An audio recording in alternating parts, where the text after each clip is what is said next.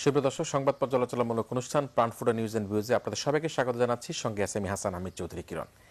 দর্শক, আজ স্টুডিওতে অতিথি হিসেবে আমাদের সাথে উপস্থিত আছেন স্থপতি মোবাশ্বের হোসেন, সভাপতি বাংলাদেশ স্থপতি ইনস্টিটিউট, এবং একই সাথে রয়েছেন মেজর জেনারেল অবসরপ্রাপ্ত সৈয়দ মোহাম্মদ ইব্রাহিম বীর প্রতীক, চেয়ারম্যান বাংলাদেশ কল্যাণ পার্টি। আমি দুজনকে স্বাগত জানাচ্ছি আমাদের আজকের প্রাণফুটা নিউজ এন্ড ভিউজ অনুষ্ঠানে। দর্শক, শুরুতেই আমরা আমাদের বাংলা ভিশনে প্রচারিত গতকালকে যে সংবাদ শিরোনামগুলো সেগুলো একটু দেখে নিই।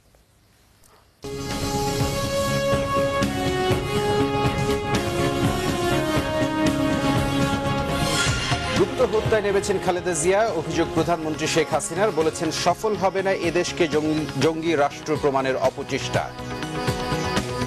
এখন তিনি গুপ্ত হত্যায় নেমেছেন। যখনই আমরা তদন্ত করছি সেখানে বের হচ্ছে এরা সেই শিবিরের অথবা এই বিএনপি। প্রধানমন্ত্রী ও র্যাব পুলিশি বিদেশি নাগরিক হত্যা সহ সব অঘটনে দায়ী, দেশে রাজতন্ত্র কায়েম হয়েছে, লন্ডনে বলেছেন খালেদা জিয়া। এক রাজতন্ত্র বাংলাদেশে কায়েম হয়েছে এখন, এবং সেখানে রাজতন্ত্রের জন্য একজন যুদ্ধ হয়েছে, লেডি হিটলার। প্রকাশক হতাহতের ঘটনায় আলাদা মামলা, ছাত্ররা শহর নামলে সরকার আর টিকবে না, হুঁশিয়ারি বিশ্ববিদ্যালয়ের শিক্ষকদের, গণজাগরণের হরতাল কাল। সালাউদ্দিন কাদের চৌধুরী ও আলিয়া হাসান মুজাহিদের রিটের শুনানি 17 নভেম্বর।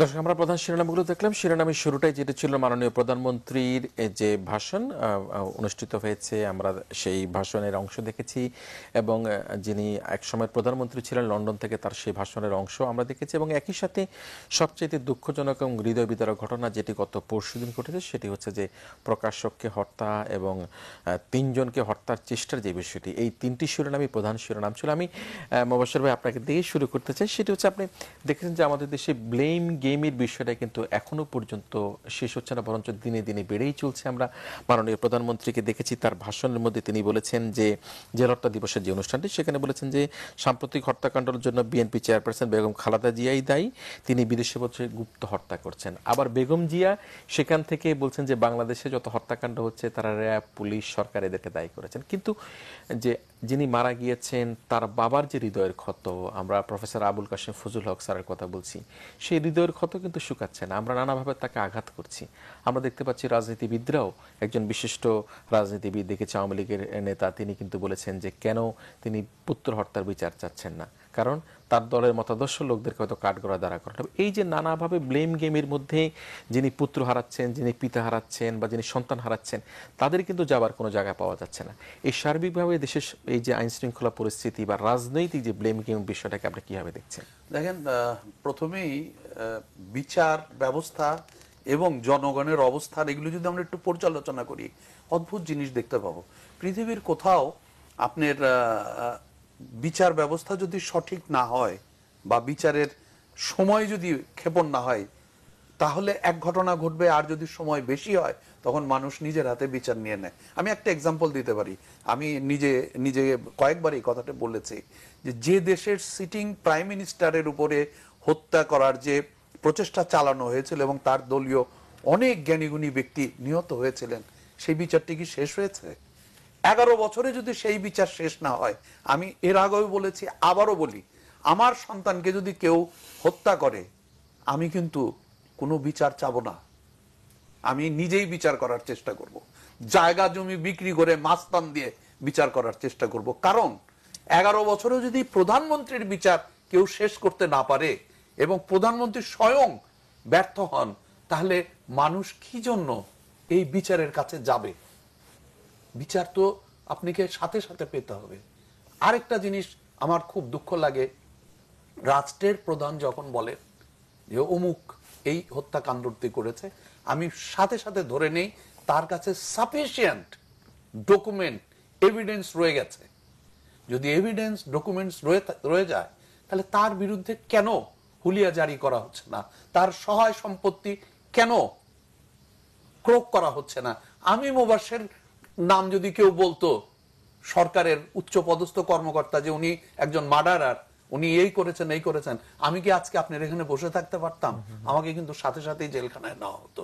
তাহলে আমি জানতে চাচ্ছি, যারা এই হত্যাকাণ্ডের সাথে জড়িত বলে সরকারের উচ্চ পদ থেকে জানানো হচ্ছে, তাহলে কি আন্ডারগ্রাউন্ড নেগোসিয়েশন চলছে? জানার পরেও তাকে ধরা হচ্ছে না, ধরার প্রচেষ্টা চালানো হচ্ছে না, খালি নাম বলা হচ্ছে। এটা আমি কিছুতেই একজন সাধারণ নাগরিক হিসাবে আমার মাথার ভিতরে কিছুতেই আমি ঢোকাতে পারছি না। এটা পর্যালোচনা করেও আমি কোনো মানে খুঁজে পাচ্ছি না। আমি বলছি মিস্টার এক্স 10টা মার্ডার করেছে, তো তার নামে আমি হুলিয়া জারি করছি। আমরা স্বরাষ্ট্রমন্ত্রীকে দেখেছি, তিনি বলেছেন যে বিশেষ করে বিদেশি হত্যায় অমুক জড়িত বলে তিনি বলেছেন। পরবর্তীতে আবার তিনি বলেছেন না, আমরা সন্দেহ করছি। দেখেন, এইখানেও আমি আমার বাসায় যদি কখনো বলি এই খাবারটি অনেক ভালো, আমার বাড়ির কাজের বুয়া, আমার গিন্নি সবসময় চাইবেন আমাকে ওই খাবারটি খাওয়ানোর জন্য। যখন রাষ্ট্রের নেতৃস্থানীয় ব্যক্তিরা নাম ধরে বলেন অমুকের দ্বারা এই অন্যায় কাজটি হয়েছে, পুলিশের কি দ্বিতীয় কোনো রাস্তা আছে? দ্বিতীয় রাস্তা আমি বলবো এই, যদি আজকে পুলিশ অন্য কাউকে প্রমাণ করে যে অন্য আরেকজন এই হত্যাকাণ্ডের সাথে জড়িত, তাহলে কি আমি বলবো আমার রাষ্ট্রের প্রধান মিথ্যাবাদী? এটাই তো প্রমাণিত হবে। এই যে অতি কথন, আমি প্রায় একটি কথা বলি যে আমার প্রধানমন্ত্রী নিজে যে কথাগুলি বলেন, ওই কথাগুলি তৃতীয় কাউকে দিয়ে বলালে আমরা অনেক বেশি সুবিধায় থাকতে পারতাম। এখন এই যে প্রধানমন্ত্রী যে বক্তব্যটি দিচ্ছেন, সেটা মিথ্যা না পুলিশের ইনকোয়ারি মিথ্যা, নাকি প্রধানমন্ত্রীর বক্তব্যকে আশ্রয় করে পুলিশের প্রথম কাজ হচ্ছে যেভাবেই হোক রাষ্ট্রের মেশিনারিজ যেখানে বলছে, রাষ্ট্রের প্রধানরা যা বলছে সেটাকে প্রমাণ করার জন্য আপ্রাণ চেষ্টা হবে, সেটাকে জাস্টিফাই করতে হবে। সেটাই, এটা হলো আমি আমার বাংলাদেশের কথা বলছি, সারা পৃথিবীতে ঘটনাটা এইটার থেকে রক্ষা পাওয়ার সহজ রাস্তা হচ্ছে জিহ্বাকে সংযত করতে হবে। আমার বাংলাদেশের কনস্টিটিউশন ছিল আপনার ধর্মনিরপেক্ষ, আমরা সেটারে জাতীয় ধর্ম ঢুকালাম, প্রথম হত্যা করলাম, তারপরে আবার বিসমিল্লাহ দিয়ে শুরু করলাম। এই যে হিপোক্রেসি আমরা করছি, এইটার কিন্তু খেসারত আমি একজন মুসলমান হিসাবে মনে করি আল্লাহ কিন্তু এটা মেনে নেবে না। আল্লাহ এটার খেসারত বাংলাদেশের মানুষকে দিয়ে দেওয়াবে, এবং সেই দেওয়ানো শুরু হয়ে গেছে। আমরা আলোচনা করছিলাম। আমি সৈয়দ ইব্রাহিম আপনার কাছে যদি আসি, আপনি ঢাকা বিশ্ববিদ্যালয়ে কিছুদিন পড়েছিলেন আমার মনে হয়, যে আমরা প্রফেসর আবুল কাশেম ফজলুল হকের কথা বলি, তার অগণিত ছাত্র শিক্ষার্থী দেশে বিদেশে নানা জায়গায় কাজ করছেন। তার হৃদয়ের ক্ষত, পিতার কাঁধে পুত্রের যে লাশ, সেটি তো নিশ্চয়ই খুব ভারী হয়। আমরা নানা জায়গায় নানা সময় দেখেছি, যখন পুত্র হারিয়েছেন ঠিক সে সময় তাকে অভিযুক্ত করা হলো তিনি কেন বিচার চাচ্ছেন না। এই যে রাজনীতিবিদদের কথা বলছিলেন যে তাদের মুখটা সামলে কথা বলা উচিত। আজকে দেখেছি আমরা বিএনপি থেকে বলা হয়েছে সেই ব্যক্তির, আওয়ামী লীগের যিনি নেতা, তিনি যেটা বলেছিলেন তার জন্য হানিফ সাহেবের কথা বলেছেন, যে আবুল কাশেম ফজলুল হক স্যারের কাছে ক্ষমা প্রার্থনার কথা বলেছেন। এই যে অতি কথনের রাজনীতি, ব্লেম গেমের রাজনীতি বা সার্বিক পরিস্থিতি বর্তমানে, আপনি এটাকে আপনার মূল্যায়ন কিভাবে করবেন? আপনাকে ধন্যবাদ দাওয়াত দেওয়ার জন্য আজকে আলোচনায়। সম্মানিত দর্শক শ্রোতাকে আমি শ্রদ্ধা জানাচ্ছি, আসসালামু আলাইকুম। বিসমিল্লাহির রহমানির রহিম বলে আমার বক্তব্য শুরু করি, এবং মহান আল্লাহ তাআলার কাছে প্রার্থনা করছি যাহা বলিব তাহা যেন সত্য বলি, অনুভূতিটি যেন পূর্ণাঙ্গভাবে প্রকাশ করি। এবং আমার অনুভূতিটা হলো এই, যে বিভিন্ন ম্যাগাজিনে, বিভিন্ন পত্রিকায় দেখবেন এডিটোরিয়াল পেজে, দৈনিক পত্রিকায় একটা কোটেশন থাকে, আজকের দিনের কোটেশন, আজকের দিনের একটা ভালো কথা, উদ্ধৃতি, বিখ্যাত কোনো ব্যক্তির কোনো একটা কথা। আমি মনে করি বাংলাদেশের সাম্প্রতিককালের 2-4-5 বছরের মধ্যে এই একটি কথাই, যদি বাংলাদেশের নাগরিকদের বিবেক থাকে, যদি মাননীয় শেখ হাসিনার বিবেক থাকে, যদি রাষ্ট্রপতি মহামান্য আব্দুল হামিদ সাহেবের বিবেক থাকে, যদি পার্লামেন্টের বিবেক থাকে, যদি আমার এবং আপনার বিবেক থাকে, এই প্রশ্নটা করা উচিত, পুত্রহারা একজন পিতা কেন বললেন আমি বিচার চাই না। তিনি বলেছেন এজন্যে, এক, সম্ভবত আমি তার ওনার সঙ্গে ফোনে কথা বলি নাই, আমার মূল্যায়নে যে বিচার চেয়ে কি হবে, যারা চেয়েছে তারা তো পায় নাই, আমারটা দিয়ে নতুন করে একটা বার্ডেন আমি সরকারকে দিতে চাই না, এক। অথবা এই হতে পারে এই বিচার প্রক্রিয়ার উপর আমার কোনো আস্থা নাই, অথবা এই হতে পারে লক্ষ লক্ষ সাধারণ নাগরিক বাংলাদেশ অত্যাচারিত, নির্যাতিত, নিপীড়িত, আমি তাদের সঙ্গে একাত্মতা ঘোষণা করলাম। আমি একজন অধ্যাপক, আমাকে সবাই চিনে, আমার মামলাটা তারা নিবে, 2-4 দিন নড়াচড়া করবে। কোটি কোটি লোকের মামলা তো নেয়ও না, নড়াচড়াও হয় না, টাকা লদল বদল ছাড়া কিছুই হয় না। বিভিন্ন কারণে তিনি এরকম বলে থাকতে পারেন। অতএব আমি পুত্রহারা, শোকাহত শ্রদ্ধেয় অধ্যাপক, আমার থেকে বয়স অনেক বড়, আমি ওনার অধীনে পড়ি নাই, কিন্তু ঢাকা বিশ্ববিদ্যালয়ের ছাত্র হিসাবে শিক্ষক সমাজের প্রতি, ঢাকা বিশ্ববিদ্যালয়ের শিক্ষক সমাজের প্রতি আমি সবসময় শ্রদ্ধাশীল থাকবো, কারণ ওটা আমার বিদ্যাপীঠ। ওনার প্রতি শ্রদ্ধা জানাচ্ছি, মায়ের প্রতি শ্রদ্ধা জানাচ্ছি, যে ছেলে মারা গিয়েছে তার রুহের মাগফিরাত কামনা করছি। এবং আমি বলতে চাই, আর কোনো পিতা যেন এরকম একটা আঘাত না পায়। এবং জনাব মাহবুবুল আলম হানিফ যে কথাটি বলেছেন, এটা সম্মানিত ভাই মুবাশশির ভাই তো বলেই ফেলছেন, যে জিহ্বাকে সংযত করো। রাসূল পাক সাল্লাল্লাহু আলাইহি ওয়াসাল্লামের পরামর্শ ছিল, হাদিস শরীফে একাধিকবার এসেছে, তোমার জিহ্বাকে সংযত করো। ইংরেজি ভাষায় একটা শব্দ আছে, এটা বাংলায় কি বলতে পারে জানি না, ডেমাগোগি, চাপাবাজি। মাইক পাইলে চাপাবাজিতে মিছা কথা বইলা, ধমক দিয়া, উল্টাপাল্টা বইলা পাঠায় ফেলা। এখন টেলিভিশনে মাইক আছে, প্রতি টেলিভিশনে যদি 40-50টা করে মাইক্রোফোন থাকার ক্যামেরা থাকে, তাহলে তো 40-50 জায়গায় যাইতেছে তারা দৌড়ে। মাইক পাইলে দিক বিদিক জ্ঞান শূন্য হয়ে মানুষ বলা শুরু করে। যারা মাহবুবুল আলম হানিফ সাহেব কথাটা যে বলেছেন, অত্যন্ত অন্যায় কাজ করেছেন, অত্যন্ত গর্হিত কাজ করেছেন। এবং আমি একজন নবীন রাজনৈতিক কর্মী হিসাবে আমি মনে করি যে সকল বিবেকবান রাজনীতিবিদের জন্য এটা শরমের কথা যে আপনি একজন পুত্রহারা পিতাকে এরকম ভাবে কটাক্ষ করতে পারেন, কল্পনার বাইরে। আর আমি মনে করি যে আজকে তো অল্প সময়, 10-12 মিনিটের একটা প্রোগ্রাম, দর্শক শ্রোতার সঙ্গে পূর্ণাঙ্গ মত বিনিময় করতে পারবো না, আরেকদিন ইনশাল্লাহ আশা করি হবে। আজকে তো 20-25 মিনিটের প্রোগ্রাম শেষ হয়ে যাবে এখনই। যেটা মনে করি আর কি, মাননীয় প্রধানমন্ত্রী শেখ হাসিনার জন্যও এই কথাটা প্রযোজ্য যে আপনি কিন্তু সাধারণ নাগরিক নন, আপনি বাংলাদেশের দ্বিতীয় নাগরিক, আপনার কথাগুলো মূল্য আছে। আপনি নিজে এতবার কথাগুলো ব্যবহার করছেন যেটা সস্তা হয়ে গেছে, পান্তাবাদ, আপনার কথাকে কেউ সিরিয়াসলি নিচ্ছে না। ইংরেজি ভাষায় যদি ডেমাগোগ বলা হয়, বাংলায় কি হবে আমি ঠিক জানি না। কারণ ভাই তো বললেন, হয় মাননীয় প্রধানমন্ত্রীর কথা সত্য প্রমাণিত করতে হবে, না পুলিশের কথা সত্য প্রমাণিত করতে হবে। যদি ওনারটা অসত্য প্রমাণিত হয়, তাহলে ওনার কি হবে? ওনার বিচার হবে? ওনার তো হবে না। আমি কথাটা এই জন্য বললাম যে এখন আইনের প্রক্রিয়া, আইনের পদক্ষেপগুলি, আইন শৃঙ্খলা রক্ষাকারী বাহিনীর কথাগুলি, এখানে আমি বসেছিলাম 9-10 দিন আগে এই চেয়ারটা যেখানে মুবাশশির ভাই বসে আছে, তার আলোচনা যখন হচ্ছিল রাত 12টায়, ওই দিনই দিনের বেলা কোনো এক সময় সম্মানিত মহাপরিদর্শক ইন্সপেক্টর জেনারেল বাংলাদেশ পুলিশ বলেছিলেন মিরপুরের এসআই ইব্রাহিম মোল্লার সম্বন্ধে যে এটা স্বাধীনতা বিরোধীদের কাজ। আমি তখন বলেছিলাম যে আমি একজন সরকারের সাবেক জ্যেষ্ঠ কর্মকর্তা হিসেবে বলতে বাধ্য হচ্ছি যে সরকারি কর্মকর্তাদের কাজ এটা না। আপনার কাজ পুলিশ বাহিনীকে দিয়ে কাজ আদায় করে নাও, না পারলে you go home. Don't talk politics sitting in a government chair. এখন তো all government machinery has been politicised, all government machinery. এই জন্যই লোকে এটা বাংলাদেশ পুলিশ বলতে আমি পুলিশ না, না। আমরা আবার আরেকটা বিষয় পরিলক্ষিত করে যে 5 জানুয়ারি নির্বাচনের কথা বলে একটি দল বা একটি গোষ্ঠী কিন্তু দেশে একটা অস্থিতিশীল পরিবেশ তৈরি করার কিন্তু চেষ্টা করছে। এবং you take care of them legally. আমি বারবার এটাকে প্রোটেস্ট করেছি যে নো, হত্যাযোগ্য আগুন দেওয়া দিয়ে আপনি কোনো অগ্রগতি করতে পারবেন না। যেমন এই যে হত্যাকাণ্ডগুলো ঘটছে 3টা, 4টা, 5টা, আমি পত্রিকায় লিখছি, টিভিতে বলছি, একজন অত্যন্ত সাধারণ, ইংরেজিতে বলে প্র্যাকটিসিং মুসলমান, বাংলায় কি হবে দাদা, একজন নিয়মিত চেষ্টাকারী, সেটা হলো যে হত্যা দিয়ে তো আপনি কোন সমস্যার সমাধান করতে পারবেন না। পৃথিবীতে কোনোদিন হত্যা দিয়ে সমস্যার সমাধান হয় নাই। One murder begets another murder. একটা মার্ডার আপনি করবেন, আপনি আরেকটি মার্ডারকে নিমন্ত্রণ জানাচ্ছেন।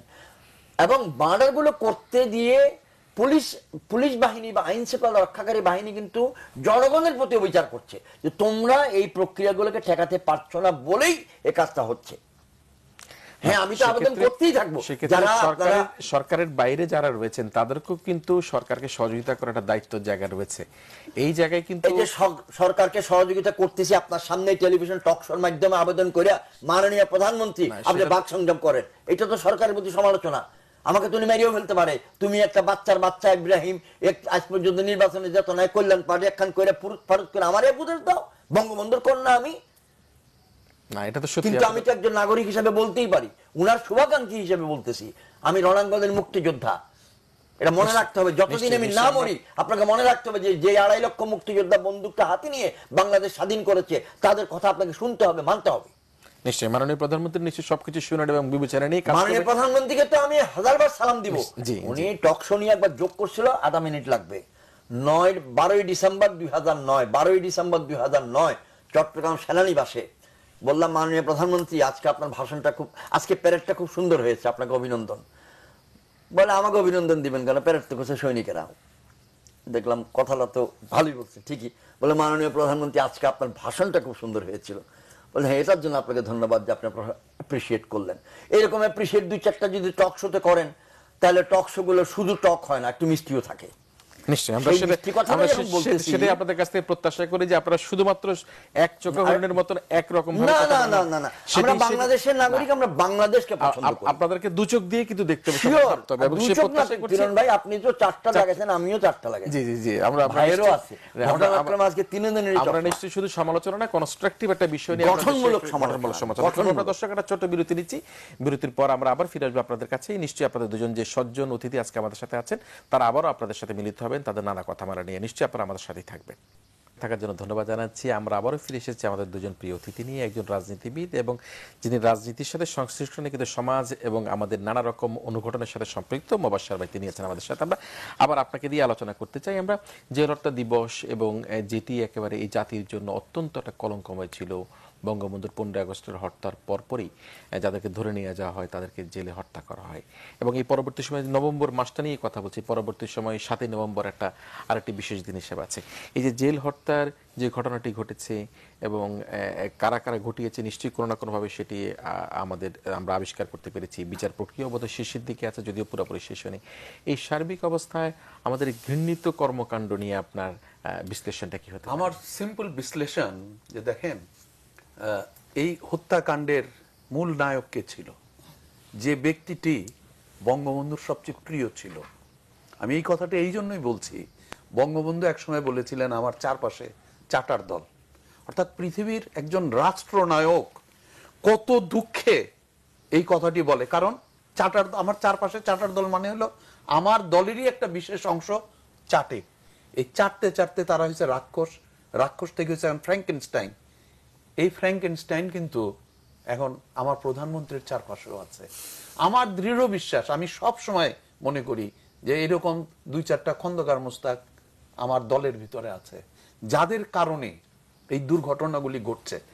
এখন আসেন যে আইনের শাসন যদি দেশে থাকতো তাহলে কিন্তু বহু প্রবলেম সলভ হতো। আইনের শাসন বলতে কি, আমি আমার সন্তান অন্যায় করলে তাকে আমি পানিশমেন্ট দেবো, কিন্তু আমি তা না করে করছি কি, আমার সন্তান অন্যায় করেছে, টাকা চুরি করেছে, কাজের বুয়ার ছেলেকে মারো। আমরা কিন্তু এই কার্যক্রমের মধ্যে আছি। এইটার ফল কিন্তু এই যে আমার সন্তান কিন্তু ফ্র্যাঙ্কেনস্টাইন তৈরি হচ্ছে। আপনি যদি চারদিকে তাকান, ছাত্রলীগের ভিতরে, যুবলীগের ভিতরে, আওয়ামী লীগের কিছু লোকের ভিতরে, এমনকি সেক্রেটারিয়েটে গতকালকে ভাঙচুরও হয়েছে মন্ত্রী পর্যায়ে, চট্টগ্রাম বিশ্ববিদ্যালয় কিন্তু বিশ্ববিদ্যালয় হয়েছে। এগুলির ব্যাপারে যদি আমার দল কঠোর থেকে কঠোরতম ব্যবস্থা নিত, বিরোধী দলের ব্যাপারে আর কোনো কিছুই করার দরকার ছিল না। আওয়ামী লীগের যা আমার দলের লোকজন অস্ত্র নিয়ে বাইরে ঘুরছে, তাদের কাকে কাকে জেল দেওয়া হয়েছে, জামিন দেওয়া হয় নাই, এই তথ্যটা যদি জনগণ জানতো তাহলে বিরোধী দলের কেউ আর অস্ত্র নিয়েও বের হতো না, মানুষও খুন করতো না। আমরা এই আইনের শাসন পৃথিবীর সব জায়গাতে সবার বেলা সমান হতে হয়। সবার বেলা সর্বকালে সর্বদলীয় আইনের শাসনের বিকল্প বলে পৃথিবীতে আর কিছুই নাই। এখন এই যে ঢাকা শহরে এই যে জেল হত্যা থেকে আরম্ভ করে, এটা সূত্রপাত কিন্তু আপনার বঙ্গবন্ধুর হত্যা। জাতির পিতাকে হত্যা করার মাধ্যমে এগুলির ফলশ্রুতিতে এই জায়গায় আসছে এবং এগুলির কোনোটারই বিচার সঠিক সময়ে সঠিকভাবে হয় নাই। আমরা এবং সেভাবেই আজকে নিন্দা জানাচ্ছি আবারও সেই ঘটনা। আমরা মনে করি আইনের শাসন যদি আমরা প্রতিষ্ঠা করতে পারি এবং সরকারি দলকে যদি কঠোর থেকে কঠোরতম তার দলের প্রতি হন, তাহলে বাংলাদেশে ঘুরে দাঁড়াতে 1 থেকে 2 বছরের বেশি লাগবে না। জি, 3রা নভেম্বরের কথা বলছিলাম, আপনি কোথায় ছিলেন, কেমন ছিলেন, কি অবস্থা ছিলেন? 3রা নভেম্বরে আমি বাংলাদেশ সেনাবাহিনীর সদর দপ্তর, যেটাকে আর্মি হেডকোয়ার্টার্স বা সেনা সদর বলে, সেখানে মিলিটারি সেক্রেটারিজ ব্রাঞ্চ বা সামরিক সচিবের শাখায় আমার র্যাঙ্ক ছিল মেজর, স্টাফ অফিসার হিসেবে কর্মরত ছিলাম। আমি মুক্তিযোদ্ধা যাদের সঙ্গে যুদ্ধ করেছি, 2য় ইস্ট বেঙ্গল রেজিমেন্ট আলাদা, তাদের থেকে আমি চলে এসেছি পোস্টিংয়ে অন্য জায়গায়, এই হেডকোয়ার্টারে। 7ই নভেম্বরের সময়ও একই জায়গাতেই ছিলাম। আপনি 3 নভেম্বরের কথা জিজ্ঞেস করেছেন, আমি অন্তরের অন্তঃস্থল থেকে সেই জাতীয় নেতাদের প্রতি সম্মান জানাচ্ছি, শ্রদ্ধা জানাচ্ছি। বঙ্গবন্ধু শেখ মুজিবুর রহমানের প্রতি শ্রদ্ধা জানাচ্ছি। এবং সৈয়দ নজরুল ইসলাম, প্রধানমন্ত্রী তাজউদ্দিন আহমেদ সহ মন্ত্রী পরিষদের নেতৃত্বে, কমান্ডার ইন চিফ জেনারেল এমওজি ওসমানীর নেতৃত্বে, সেক্টর কমান্ডারগণের নেতৃত্বে, যাদের মধ্যে অন্যতম বর্তমানে শহীদ রাষ্ট্রপতি জিয়াউর রহমান বীর উত্তম, সকলের নেতৃত্বে আমরা যুদ্ধ করেছি। আমরা ছোট ছিলাম, তাই ওনাদের প্রতি আমাদের সালাম, রুহের মাগফিরাত কামনা করছি। পৃথিবীর জঘন্যতম হত্যাকাণ্ডের তালিকার মধ্যে জেল হত্যাকাণ্ডের একটি পড়বে। যে বন্দি অবস্থায় কাউকে মারা অসম্ভব। হযরত আলী রাদিয়াল্লাহু আনহুর একটি ঘটনা শুনিয়ে দিলেই পরিষ্কার হয়ে যাবে। যুদ্ধের ময়দানে একজন শত্রুকে তিনি কাবু করেছেন এবং সেই শত্রু যুদ্ধের মধ্যেই এখনই শত্রু জান যাবে, মেরে ফেলবে উনি। সেই সময় সেই শত্রু ওনার মুখে থুতু মারলেন, ফুক করে থুতু মারলেন। হযরত আলী রাদিয়াল্লাহু আনহু শত্রুকে ছেড়ে দিলেন। সবাই বলল, তুমি তাকে ছেড়ে দিলে কেন? বললো যে আমি ওকে এতক্ষণ মারার জন্য প্রস্তুতি নিয়েছি, শত্রু কারণ সে আমাদের সৈন্য মেরেছে, এখন সে আমাকে থুতু দিয়েছে, এখন যদি মারি লোকে বলবে থুতু মারার কারণে রাগান্বিত হয়ে আমি তাকে হত্যা করেছি। আমি কথাটা বললাম যে শিষ্টাচার বন্দি অবস্থায় কাউকে করা, এবং আজকে 2014-15 সালে, 13 সাল 12 সালেও বন্দি অবস্থায় নির্যাতন করা, মানুষকে গুম করে ফেলা, মেরে ফেলা একই লাইনের মধ্যে পড়ে। আমার কথাটা তখন শেষ হয় নাই। নিউ নেশনের headline, condemning BNP is not saving life. বিএনপিকে গালি দিয়ে আপনি কিন্তু দেশের মানুষের জান বাঁচাইতে পারবেন না। বিএনপির গালি দিয়ে আরো দেশের শত্রুতা সৃষ্টি করতে পারবেন। এনকেলাবের একটা হেডলাইন ছিল, মুক্তমনাদের উপর হামলা গ্রহণযোগ্য নয়। গ্রহণযোগ্য মোটেই নয়। তবে মুক্তমনাদেরকেও বলবো, মুক্ত কতটুকু আপনি লিখবেন বা বলবেন তার একটা সীমারেখা নিজেরাই ঠিক করে নেওয়া ভালো। বিজ্ঞজনেরা সেই সীমাটা দেওয়া উচিত। অন্যের অনুভূতিতে কোনো মতেই আপনি যেন আঘাত না দেন। আমরা ছোট দেশ, উন্নয়নশীল দেশ, ধর্মের সম্প্রীতি রক্ষা করতে চাই। সর্বশেষ, এটা প্রথম আলো পত্রিকার 1 তারিখের পেজ নাম্বার 10 একটা কলামের হেডলাইন, অন্ধ হলে প্রলয় বন্ধ থাকে না। আমি শাসক রাজনৈতিক দলের প্রতি আবেদন রাখবো বিনীতভাবে, আপনারা অন্ধ হবেন না, অবস্থা বুঝুন। বাংলাদেশ কল্যাণ পার্টির পক্ষ থেকে আমরা ছোট দল, নবীন দল, আমাদের সীমিত সম্পদ, সীমিত জনশক্তি, সীমিত চিন্তা শক্তি, আমরা আবেদন করব বাংলাদেশ যেদিকে যাচ্ছে এই লাইনে যদি যেতে থাকে তাহলে আর কোনো শত্রুর দরকার হবে না। আমরা নিজেরাই নিজেদেরকে ধ্বংস করে ফেলবো। না, আমরা সেটা নিশ্চয়ই আমরা সেটা চাই না। ভাইয়ের কথার সঙ্গে মিলিয়ে বলতে চাই, সলিড লিডারশিপ 2টা বছর দেখবেন বাংলাদেশ পরিবর্তন হয়ে যাবে। কল্যাণ পার্টির স্লোগানটাই পরিবর্তনের জন্য রাজনীতি। আপনাকে অনেক ধন্যবাদ দর্শক শ্রোতাকে। আমি দুজনকে ধন্যবাদ জানাচ্ছি। তবে শেষ করতে হচ্ছে এইভাবেই, যিনি গত পরশুদিন হত্যার শিকার হয়েছেন প্রকাশক, তার পুত্র, আপনাদের সকলের হয়তো সন্তান রয়েছে, ভাই রয়েছে, ছোট ভাই রয়েছে, তার পুত্র পরীক্ষার হলে গিয়েছেন পিতার লাশ কারা ঘরে রেখে, জানাজায় অংশগ্রহণ করেছেন, পরের দিন আরেকবার পরীক্ষা অংশগ্রহণ করার জন্য স্কুল ড্রেস পরে। তার সেই মমতাময়ী চেহারা নিশ্চয়ই আপনাদের সকলের কাছে যদি দৃষ্টিতে আসে, আপনারা দেশকে ভালোবেসে, আমাদের সমস্ত আইন শৃঙ্খলা পরিস্থিতিকে ভালোবেসে, যারা উগ্রবাদী কর্মকাণ্ডের সাথে সম্পৃক্ত রয়েছে তাদেরকে পরিহার করে রাষ্ট্রের যে সীমানা রয়েছে সেই সীমানার মধ্যে থেকেই আপনারা সকলে মিলে ঐক্য গড়ে তোলে, এক তালে এক লয়ে আমার সোনার বাংলা বলে আমার দেশকে রক্ষা করবেন, দেশকে বাঁচাবেন। মাননীয় প্রধানমন্ত্রী, যারা আজকে রাজপথে রয়েছেন, যারা সংসদে রয়েছেন, সকলে মিলে আমরা এই দেশকে গড়ার প্রত্যয় ব্যক্ত করছি। দর্শক, আপনার প্রাণফোড়া নিউজ অ্যান্ড ভিউজ এই পর্যন্ত রেখে আগামীকাল দেখার আমন্ত্রণ রইল। একই সময় দেখাবো অন্য কোনো অতিথির সঙ্গে। আপনারা সবাই ভালো থাকবেন, সুস্থ থাকবেন, সকলে মিলে ভীষণ ভালো থাকবেন।